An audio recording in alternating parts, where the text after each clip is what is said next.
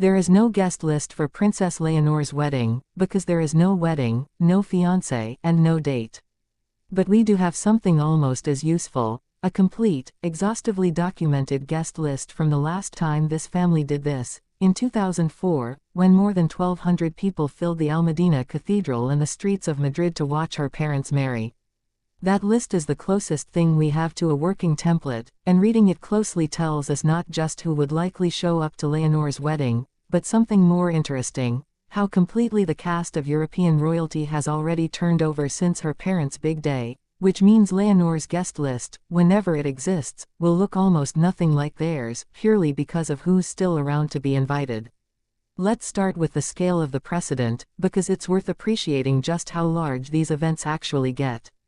Felipe and Letitia's wedding drew more than 1,200 guests to the ceremony itself, representing 36 royal houses from around the world, following a gala dinner the night before for roughly 300 guests at the Royal Palace of El Pardo. The cathedral itself reportedly seated around 1,600 people across the full weekend of events. This wasn't simply a big wedding. It was the first state wedding held in Spain in over 50 years, and the first royal wedding held in Madrid since Felipe's own great-grandparents, King Alfonso XIII and Victoria Eugenie, married in 1906. If Leonor marries as heir to the throne, or as reigning queen, there's every reason to expect an event of at least comparable scale, and arguably larger, given that she'll be the title holder herself rather than a prince bringing home a bride. So who actually filled those seats in 2004, and what does that guest list tell us about the logic behind a royal invitation like this? At the top of the list sat reigning European monarchs, because state weddings like this function partly as diplomatic gatherings between heads of state, not just family celebrations. Queen Margrethe II of Denmark and her husband Prince Henrik attended. King Harald and Queen Sonja of Norway were there, along with their son Crown Prince Haakon and his wife Crown Princess Mette-Marit. King Carl XVI Gustaf and Queen Sylvia of Sweden brought their children, Crown Princess Victoria, Prince Carl Philip, and Princess Madeleine. Queen Beatrix of the Netherlands attended, and the Grand Dukes of Luxembourg, Henri and Maria Theresa, sat at King Juan Carlos's own table.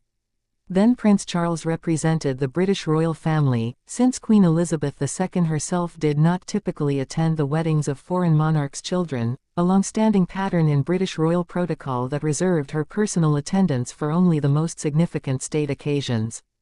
Beyond reigning European royalty, the guest list widened out considerably.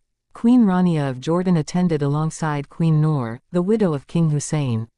Then Prince Albert of Monaco was there. Willem-Alexander, at the time still Prince of Orange, attended with his wife Maxima. Former King Constantine II of Greece, Philippe's own maternal uncle through Queen Sophia's side of the family, attended with Queen Anne-Marie, alongside their children Prince Nicolaus, Princess Theodora, and Prince Philippos. Beyond royalty entirely, heads of state and government representatives filled out the list, including Nelson Mandela and his wife Graca Machel, representing South Africa's own moral authority on the global stage, an extraordinary guest for what was, on paper, a European royal family occasion.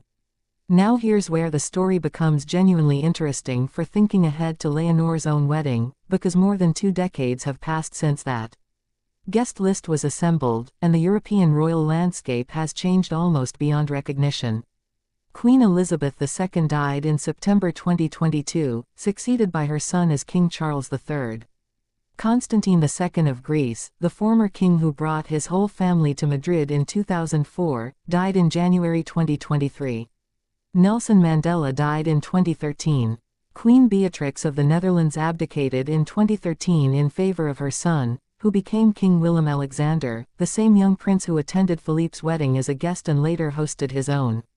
Queen Margrethe II of Denmark, who sat at the presidential table at Felipe and Letitia's own wedding dinner, abdicated the Danish throne in January 2024, becoming the first Danish monarch to voluntarily step down in nearly 6 centuries, handing the crown to her son, now King Frederick X. Nearly every single reigning monarch who attended Philippe's wedding as a fellow head of state has since either died or abdicated.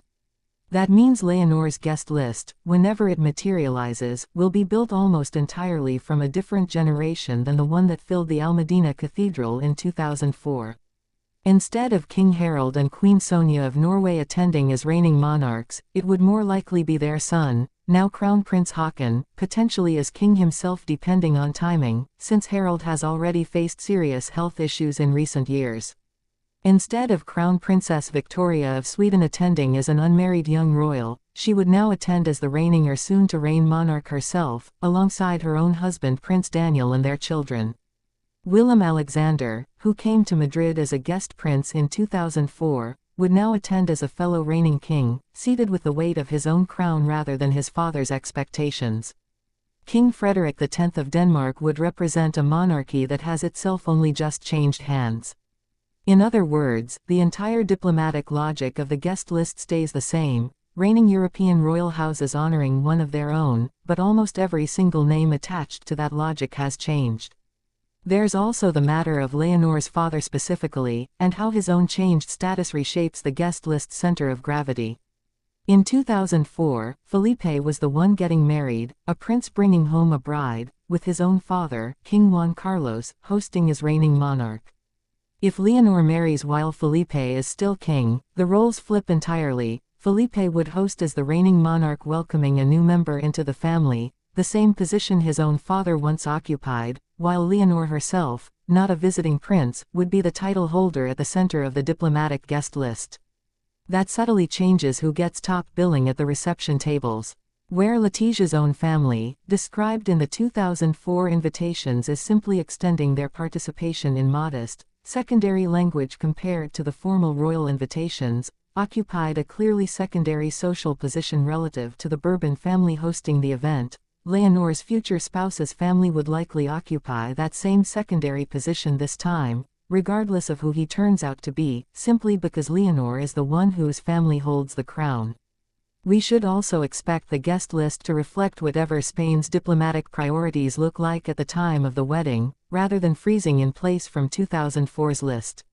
Felipe and Letitia's wedding, held just 2 months after the devastating Madrid train bombings, was explicitly dedicated to the victims of that attack, with a bouquet of white roses delivered to Atocha station bearing a note in the couple's own words.